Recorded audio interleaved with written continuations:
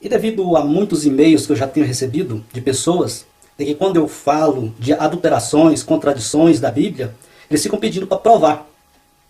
Isso é um assunto que não precisaria nem da gente fazer um vídeo provando. Porque se fizer uma pesquisa rápida na internet, você vai encontrar milhares de provas. Mas vamos citar aqui algumas para não ficar nenhuma dúvida.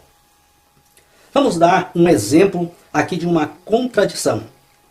Gênesis, no capítulo 4, versículo 12, nós vemos que Caim foi sentenciado por Deus a ser fugitivo, vagabundo, errante sobre a terra.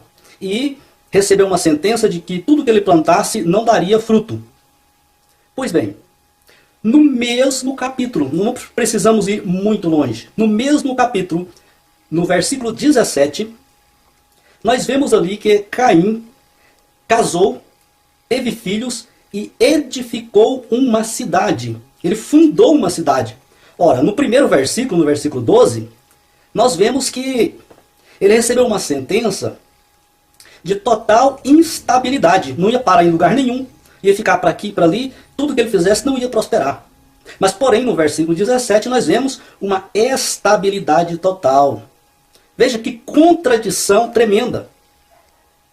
Ora, isso aí é uma prova, só isso aí já bastava como prova que a Bíblia se contradiz. Não estamos dizendo aqui que Deus deu uma sentença e depois não cumpriu com a sua palavra. Não é isso. Isso aí pode ser culpa de quem copiou, de quem traduziu ou de quem editou a Bíblia. Então é assim que acontece as contradições bíblicas. Por isso não podemos chamar a Bíblia de palavra de Deus, porque a palavra de Deus não tem contradição. Em Deuteronômio, no capítulo 5, versículo 9, nós vemos ali que Deus dá uma sentença para todo aquele que comete pecado, que ele ia cobrar a maldade dos pais sobre os filhos até a 4ª geração.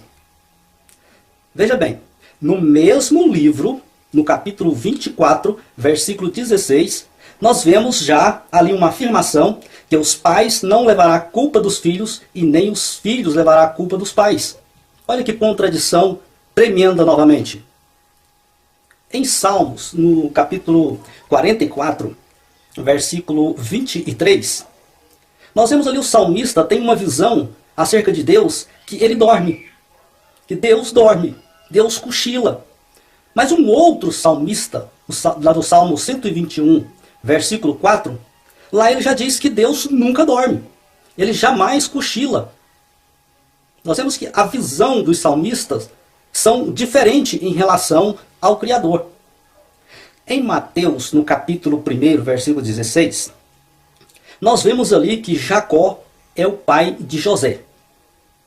Lá em Lucas, no capítulo 3, no versículo 23 a 24, nós vemos ali que Eli, que é o pai de José. Já não é Jacó. Ah, mas o que isso tem a ver? Tem muito a ver. Você, por exemplo, gostaria que alguém escrevesse alguma coisa sobre a sua vida e colocasse nesse livro que o pai do seu filho é o seu vizinho? Aí nós já vemos que é grave. É uma contradição, é um erro gravíssimo. Lá em Mateus, no capítulo 1, versículo 12, vemos que Jeconias é o pai de Salatiel. Lucas capítulo 3, versículo 27, nós vemos ali que Neri é que é o pai de Salatiel. Então não há ali um acordo entre as pessoas que escreveram os evangelhos. Veja bem, Mateus capítulo 8, versículo 5, nós vemos ali a passagem do centurião, e diz que o centurião veio até Jesus para pedir um milagre a favor do seu criado, do seu servo. Mas em Lucas, no capítulo 7, versículo 3 e 4, nós vemos que o centurião não foi até Jesus, mas enviou uns amigos judeus que ele tinha para ir lá interceder a favor dele. Porque ele era um cidadão romano, ele não era judeu, ele se sentiu constrangido de chegar até Jesus, mas enviou um pessoal que era judeu, amigo dele, para interceder por ele. Vemos que há uma grande contradição aí. Em Mateus, no capítulo 20, versículo 20 e o 21, nós vemos que a mãe dos filhos de Zebedeu faz um pedido a Jesus. Que os seus filhos, um assente à sua direita e o outro à esquerda, lá no trono. Mas lá em Marcos, no capítulo 10, versículo 35 a 37, nós vemos que foram os próprios filhos desta mulher que foram fazer o pedido, não foi a mãe. Estão observando que a incoerência que há nos evangelhos, na Bíblia? Veja Mateus capítulo 21, versículo 19 e o 20. Jesus ali amaldiçoou uma figueira e diz lá o versículo que ela se secou imediatamente. Mas lá em Marcos, no capítulo 11, versículo 20, eles foram perceber que a figueira estava seca no outro dia. Ali, pode ler o texto, que os discípulos espantaram com a tamanho da rapidez que aquela figueira secou. Mas Marcos já narrou que eles perceberam isso só no outro dia. Estão entendendo? E a gravidade maior que eu vejo nesse texto é que a figueira foi seca, foi amaldiçoada, porque não deu fruto fora do tempo. Coisa que não é normal. Ela foi cobrada por algo que vai contra a sua natureza. Ele procurou figos, não achou e amaldiçoou ela, e diz o texto que estava fora do tempo de produzir frutos. Está vendo com o tamanho da incoerência? Se nós formos falar aqui sobre contradição e erros bíblicos, o assunto rende demais. Rende muito, mas muito mesmo.